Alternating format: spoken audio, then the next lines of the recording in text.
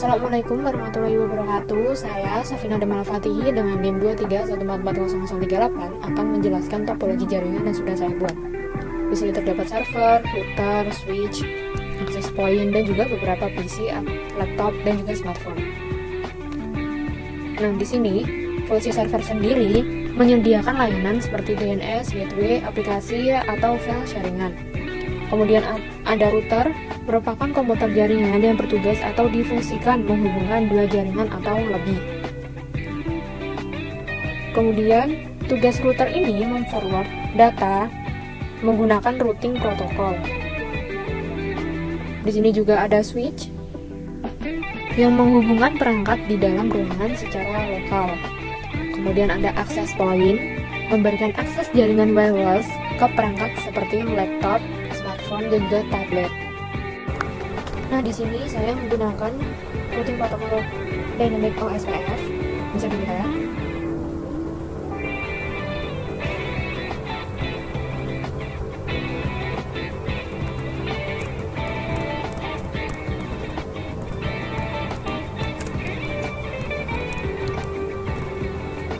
Nah, ini ada O yang menandakan sudah ter-OSPF. OSPF ini digunakan untuk routing dinamis di antara router dengan berbagai fungsi. Yang pertama, memungkinkan router untuk berbagi informasi tentang jaringan yang terhubung. Yang kedua, mengoptimalkan router data dengan menemukan jalur terpendek. Yang ketiga, meningkatkan skalabilitas dibandingkan dengan router routing statis.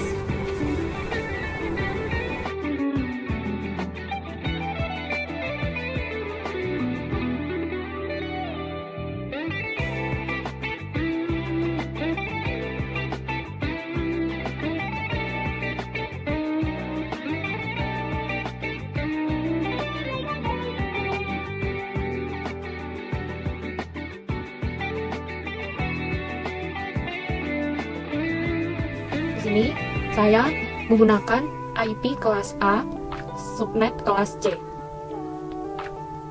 IP kelas A, subnet kelas C. IP sendiri terdapat 3 kelas, yaitu kelas A yang dimulai dari 10.0.0.0, B 172.16.0.0, dan juga C 192.168.0.0. Nah, IP yang saya gunakan adalah IP kelas A. Subnet ada kelas A yang bernilai 255.0.0.0, kelas B 255.255.0.0, dan juga kelas C. Berikut yang saya gunakan adalah 255.255.255.0. Nah, mari kita kupas satu persatu kenapa saya menggunakan IP kelas A 10.0.6.2. Makna dari IP tersebut 10.0.6 menunjukkan bahwa perangkat ini berada di jaringan dengan network ID 10.0.6.0. Semua perangkat di jaringan ini akan memiliki 10.0.6 yang sama, tapi host ID akan berbeda. 2 sendiri ini menunjukkan perangkat spesifik di jaringan tersebut. Dalam jaringan 10.0.6.0/24, angka 2 adalah alamat unik yang diberikan ke perangkat, misalnya komputer, router, atau perangkat lainnya. Nah, kenapa diisi angka 6 dan 2? Pemilihan angka 6 dan 2 ini dilakukan berdasarkan pengaturan atau kebutuhan jaringan. Yang pertama, network ID 6. Dalam skema IP perusahaan atau organisasi, angka 6 mungkin digunakan untuk menunjukkan lokasi fisik atau segmen jaringan tertentu, misalnya ruang 6 atau divisi ke-6. Misalnya, jaringan 10.0.1.0 untuk ruangan 1, jaringan 10.0.6.0 untuk ruangan 6. Untuk ruangan 6. Nah, ada pula host ID kedua. Angka 2 dipilih sebagai identitas perangkat tertentu di jaringan. Dalam jaringan, biasanya alamat 1 dicadangkan untuk gateway router, sehingga perangkat berikutnya diberikan angka 2. Nah, pada perangkat router di sini belakangnya diisi dengan 1, sehingga pada PC karyawan di ruangan 1 diisi dengan 2. Host ID-nya berisi 2. PC karyawan ruangan 1 saya menggunakan static routing. Untuk ruangan 6 saya menggunakan DHCP, dan juga ruangan 8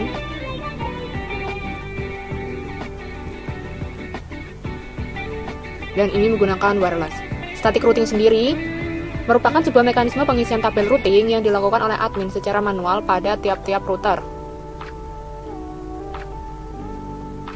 Dengan keuntungan, meringankan kerja prosesor yang ada pada router dan tingkat keamanan lebih tinggi. Tapi adapun kekurangannya, admin harus mengetahui informasi tiap-tiap router yang terhubung jaringan. Jika terdapat penambahan atau perubahan topologi jaringan, admin harus mengubah isi tabel routing. Dan juga untuk static routing ini tidak cocok untuk jaringan yang besar. Sedangkan untuk DHCP, secara otomatis router jalur routingnya dengan cara bertukar informasi antar router menggunakan protokol TFTP. Jadi pengisiannya secara otomatis. Nah, adapun pada sesi ini kita membahas tentang default gateway. Default gateway sendiri adalah perangkat atau biasanya router yang bertugas meneruskan paket data dari jaringan lokal ke jaringan lain seperti internet atau jaringan eksternal lainnya. Mengapa default gateway pada PC diatur ke 10.3.0.1? Adapun menurut fungsi 10.3.0.1 adalah alamat IP router di jaringan 10.3.0.0/24 yang bertindak sebagai penghubung antara jaringan lokal atau lain tempat PC berada dengan jaringan lain. Yang kedua, semua perangkat dalam jaringan yang menggunakan subnet 10.3.0.0/24 akan mengarahkan lalu lintas keluar, misalnya akses internet melalui router ini. Adapun menurut topologi jaringan, setiap subnet dalam jaringan besar memerlukan router dengan IP tertentu sebagai pengarah lalu lintas. Dalam jaringan ini, 10.3.0.1 dipilih sebagai alamat IP router untuk subnet 10.3.0.0/24. Alamat ini biasanya berada di awal misalnya titik 1 untuk mempermudah identifikasi router dalam subnet. Jadi, kesimpulan untuk gateway 10.3.0.1 adalah alamat router di subnet tempat perangkat PC berada 10.3.0.0/24. Alamat ini dipilih karena merupakan praktik standar untuk menjadikan titik 1 sebagai gateway default di subnet. Pada subnet mask 255.255.255.0, angka 0 di bagian terakhir merepresentasikan bagian host dalam sebuah jaringan IP. Secara umum, 255 dalam subnet mask menunjukkan bagian network atau jaringan yang tetap. Artinya, bagian tersebut digunakan untuk mengenali jaringan. 0 menunjukkan bagian host yang dapat berubah. Artinya, angka ini dapat digunakan untuk mengidentifikasi perangkat host dalam jaringan tersebut. Dalam hal ini, subnet mask 255.255.255 menunjukkan bahwa 255.255.255 adalah bagian tetap atau network yang digunakan untuk mengidentifikasi jaringan tertentu. 0 adalah bagian yang bisa bervariasi, digunakan untuk mengidentifikasi perangkat dalam jaringan tersebut. Dengan subnet mask ini, dapat memiliki 256 IP address dalam satu jaringan, mulai dari 0 hingga 255.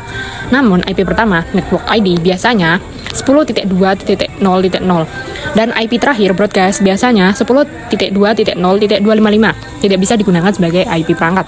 Jadi, subnet mask 255.255.255.0 biasanya digunakan untuk jaringan kecil hingga menengah, di mana terdapat maksimal 254 host. Jadi, alasan saya menggunakan kombinasi ini, yaitu kombinasi IP address kelas A dengan subnet mask kelas C, adalah untuk subnetting atau membagi jaringan besar menjadi jaringan yang lebih kecil, guna mengelola jaringan secara lebih efisien.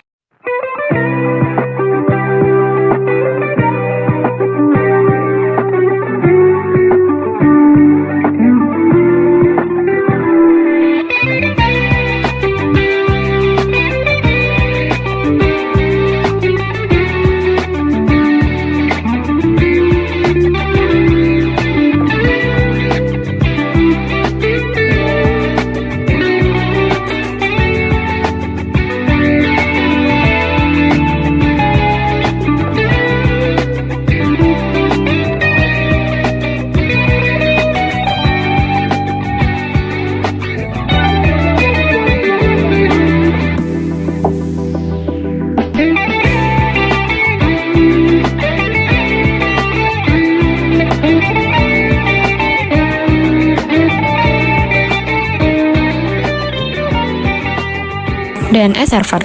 Definisi DNS atau Domain Name System Server adalah server yang menerjemahkan nama domain seperti www.example.com menjadi alamat IP seperti 192.168.1.1 yang dapat dipahami oleh perangkat dalam jaringan. Nah, mengapa di sini DNS servernya diatur ke 10.1.0.2? Karena yang pertama, menurut fungsinya DNS server 10.1.0.2 10.0.2 adalah alamat IP dari server yang menyediakan layanan DNS di jaringan ini. Semua perangkat dalam jaringan, termasuk PC di subnet 10.3.0.0/24 membutuhkan DNS server untuk menerjemahkan nama domain saat mengakses internet atau layanan internal. Yang kedua ada sentralisasi layanan DNS. Dalam jaringan besar, biasanya hanya ada satu atau beberapa DNS server pusat yang digunakan oleh semua subnet. Dalam hal ini, server 10.1.0.2 DNS server pusat yang digunakan oleh semua subnet. Dalam hal ini, server 10.1.0.2 mungkin ditugaskan untuk melayani semua permintaan DNS dari jaringan organisasi. Yang ketiga ada efisiensi. Dengan menggunakan satu DNS server pusat seperti 10.1.0.2, organisasi dapat mengelola cache DNS secara terpusat, meningkatkan efisiensi dan kecepatan akses untuk pengguna. Jadi, kesimpulan untuk DNS server ini, 10.1.0.2 adalah DNS server yang telah disiapkan untuk jaringan ini, dan semua perangkat mengarahkannya ke server ini untuk melakukan terjemahan nama domain.